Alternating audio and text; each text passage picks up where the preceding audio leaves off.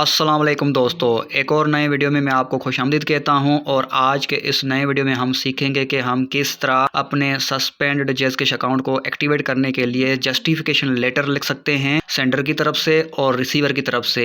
तो दोनों की तरफ से जस्टिफिकेशन लेटर का जो डेमो है, सेंडर की तरफ से और रिसीवर की तरफ से मैंने लिख के खुद भेजा है और एक्सपीरियंस करके आपको मैं अब दिखाऊंगा डेमो लाइव प्रूफ में आपको दिखाऊंगा कि आप किस तरह जस्टिफिकेशन लेटर लिख सकते हैं बाय सेंडर बाय रिसीवर। और ये जस्टिफिकेशन लेटर लिखना क्यों ज़रूरी है, उम्मीद है आपने मेरी पहली वीडियोस देखी होंगी तो आपको पता होगा। अगर नहीं देखी हैं तो उन वीडियोस के लिंक्स इस वीडियो के डिस्क्रिप्शन में मिल जाएंगे कि जस्टिफिकेशन लेटर्स सेंडर की तरफ से और रिसीवर की तरफ से लिखना क्यों ज़रूरी है। जैज़कैश अकाउंट सस्पेंड हो गया है तो उसको एक्टिवेट करने के लिए ये कहाँ पर कहा जाता है, ये ईमेल करते हैं। ईमेल के रिप्लाई में हमें ये कहते हैं कि भाई अब आप जस्टिफिकेशन लेटर सेंडर की तरफ से और रिसीवर की तरफ से लिख के भेजें, फिर ही आपका जैज़कैश अकाउंट जो सस्पेंड हो चुका है एक्टिवेट होगा।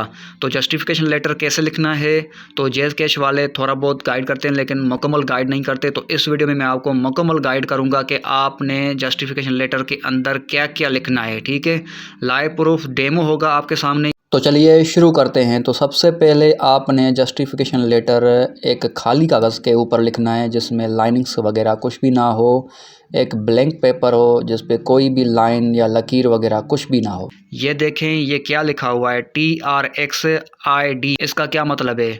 TRX का मतलब है ट्रांसैक्शन और ID यानी कि उसकी पहचान होती है, उसका एक नंबर होता है। वो नंबर मैंने आधा लिखा हुआ है, आपने पूरा लिखना है आखिर तक। ये कौन सी ट्रांसैक्शन ID का नंबर लिखना है? जब आप जैज़कैश अकाउंट जो आपका सस्पेंड हो चुका है उसको एक्टिवेट करने के लिए ईमेल करते हैं तो आपको कहा जाता है कि आपका जैज़कैश अकाउंट सस्पेंड क्यों किया गया है, कौन सी ट्रांसैक्शन ID की वजह से किया गया है। तो जो ट्रांसैक्शन ID है, आपके अकाउंट के अंदर जो अमाउंट आती है तो उसका मैसेज आता है, उसमें आपको मालूम हो जाएगा कि ट्रांसैक्शन ID कौन सी है। अगर नहीं मालूम तो आखिरी दफ़ा जिसकी वजह से आपका अकाउंट सस्पेंड हो गया है, सेंडर यानी कि जिसने आपके अकाउंट में पैसे भेजे हैं, उसको आप जानते हैं तो उसकी तरफ से यह जस्टिफिकेशन लेटर लिखा जाएगा।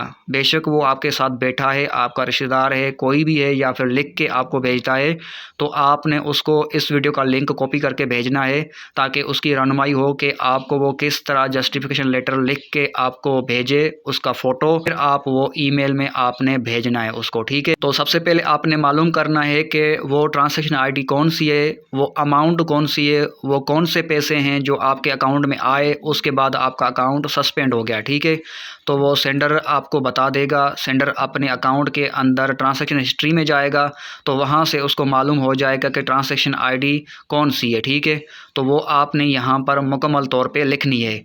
अगर सेंडर को भी नहीं मालूम या फिर आपको भी नहीं मालूम तो अगर आप जब जैज़कैश वालों को ईमेल करते हैं तो ईमेल कैसे करते हैं, अगर वो वीडियो आपने नहीं देखा है तो उस वीडियो का लिंक डिस्क्रिप्शन में मिल जाएगा।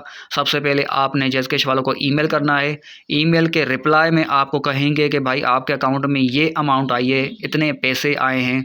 तो उसी से भी आप अंदाज़ा लगा सकते हैं कि ट्रांसैक्शन ID कौन सी है। तो चलिए अब और क्या लिखना है जस्टिफिकेशन लेटर के अंदर, तो वो मैं आपको दिखा देता हूँ। यहाँ पर देखें, उसके बाद आपने तारीख लिखनी है, डेट। इसी तरह आपने लिखना है 05 फरवरी 2025, यानी कि पहले आपने तारीख लिखनी है, फिर बीच में इंग्लिश में उसका महीना लिखना है, मंथ। ठीक है, फिर उसके बाद साल लिखना है। फिर उसके बाद क्या लिखना है, फिर उसके बाद लिखना है टाइम।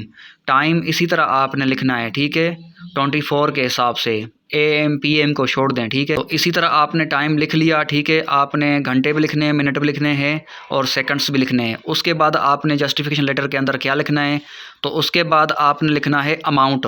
और अमाउंट को लिखने का तरीका इस तरह है, आप अमाउंट लिखेंगे, 2 टुपके देंगे, आगे PKR लिखना है। और अगर 1000 के बाद जो अमाउंट आती है 3000, उसके बाद छोटी सी कामा देनी है, फिर 850। मिसाल के तौर पे अगर 300 आएँ, 500 आएँ तो फिर कामा देने की ज़रूरत नहीं है। ठीक है, लेकिन रुपीज़ वगैरह इस तरह नहीं लिखना है, PKR लिखना है। ठीक है, उसके बाद आगे क्या लिखना है, उसके बाद लिखना है पर्पस, किस मकसद के लिए आपके अकाउंट में उसने पैसे भेजे हैं। जो सेंडर है वो बता देगा कि भाई मैंने इस मकसद के लिए इसके अकाउंट के अंदर पैसे भेजे हैं। ठीक है, तो वो जो मकसद है, अगर आपने अपने किसी दूसरे अकाउंट से फिर आपने अपने किसी दूसरे अकाउंट में पैसे भेजे हैं तो फिर आप लिख लेना कि भाई ट्रांसफ़र टू ओवन अकाउंट। ठीक है, अगर आपका दोस्त है, रिश्तेदार है, तो फिर फ्रेंड्स एंड फैमिली आगे लिखना है। पर्पज़ यानी कि मकसद, किस मकसद के लिए उसने पैसे भेजे हैं। अगर लोन पेमेंट है या फिर कैश लोन लिया था उसने या फिर कोई ऑनलाइन डीलिंग वगैरह है, तो फिर भाई चैट के स्क्रीनशॉट भी देने होंगे, व्हाट्सअप की चैट या फिर मैसेंजर की चैट या फिर जो भी है online social media platform, Fiverr है, अपवर्क है, बाइनांस है, ओकेएक्स है, जो भी आप P2P कर रहे हैं, ठीक है, उस हिसाब से फिर आपने बताना है कि कौन सी बिज़नेस डील थी, ठीक है, वो पर्पज़ आपने लिख लेना है, ठीक है। तो यहाँ पर पर्पज़ के लिए आपने 2-3 लाइन्स छोड़नी है, ठीक है, क्योंकि पर्पज़ लंबा चौड़ा आप लिख सकते हैं, यहाँ से लेके यहाँ 3 लाइन्स तक आप लिख सकते हैं पर्पज़।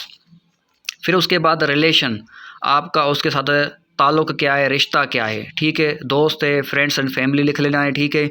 अगर रिश्तेदार नहीं है, कोई डील वगैरह है ऑनलाइन बिज़नेस, तो फिर आप कुछ भी लिख सकते हैं, यानी कि आपने यहाँ पर फिर उसके साथ रिश्ता क्या है वो रिश्ता लिखना है। फिर आपने सिटी लिखना है, वो जो सेंडर है, ठीक है, जिसने पैसे भेजे हैं उसका सिटी कौन सा है, ठीक है, आपने वो सिटी लिखना है। फिर सेंडर का अकाउंट नंबर, सेंडर ने अगर आपके अकाउंट में ईजी पैसा से पैसे भेजे हैं तो फिर आपने लिखना है ईजी पैसा, फिर उसका नंबर लिखना है, ठीक है। अगर यूबीएल है, जो भी है बैंक अकाउंट उसका, वो आपने उसका नाम लिखना है, फिर उसका अकाउंट का नंबर लिखना है, ठीक है। आपका जीएसके का अकाउंट सस्पेंड हो गया है तो वो आपने नहीं लिखना है, आपने सेंडर का अकाउंट नंबर लिखना है, पहले उस बैंक का या फिर वो वॉलेट है उसका नाम लिखना है, फिर बाद में उसका नंबर लिखना है। फिर उसके बाद सेंडर यहाँ पर सिग्नेचर करेगा, ठीक है। तो ये हो गया जस्टिफिकेशन लेटर सेंडर की तरफ से। सेंडर इस तरह लिख के फिर इसका फ़ोटो लेगा, एक PDF है सॉफ्टवेयर जो प्ले स्टोर से वो इंस्टॉल करेगा, उसके थ्रू स्कैन करके उसका PDF बना के आपको वो भेज दे व्हाट्सएप पे या फिर कहीं पर भी। अगर रिश्तेदार है, दोस्त है, आपके पास रहता है, पड़ोसी है, तो फिर आप लाइव आमने सामने उससे लिखवा लें, ठीक है। ये हो गया जस्टिफिकेशन लेटर सेंडर की तरफ से। अब रिसीवर की तरफ से जस्टिफिकेशन लेटर कैसे लिखना है, उसमें क्या क्या लिखना है, वो ईजी है। अगर आप ये समझ लिया है तो वो भी आप जल्दी से समझ जाएंगे, ठीक है। तो वीडियो को बड़ा नहीं करेंगे। Justification letter by receiver, transaction ID उसी तरह लिखना है, डेट, टाइम, अमाउंट उसी तरह लिखना है, फिर पर्पज़ भी वही उसी तरह लिखना है, रिश्ता, सिटी। फिर यहाँ पर डिफरेंट क्या है, मुख्तलिफ क्या लिखना है, यहाँ पर रिसीवर अकाउंट नंबर, यहाँ पर आपने अपने जैज़ कैश अकाउंट का नंबर लिखना है, फिर यहाँ पर आपने सिग्नेचर करना है, ठीक है।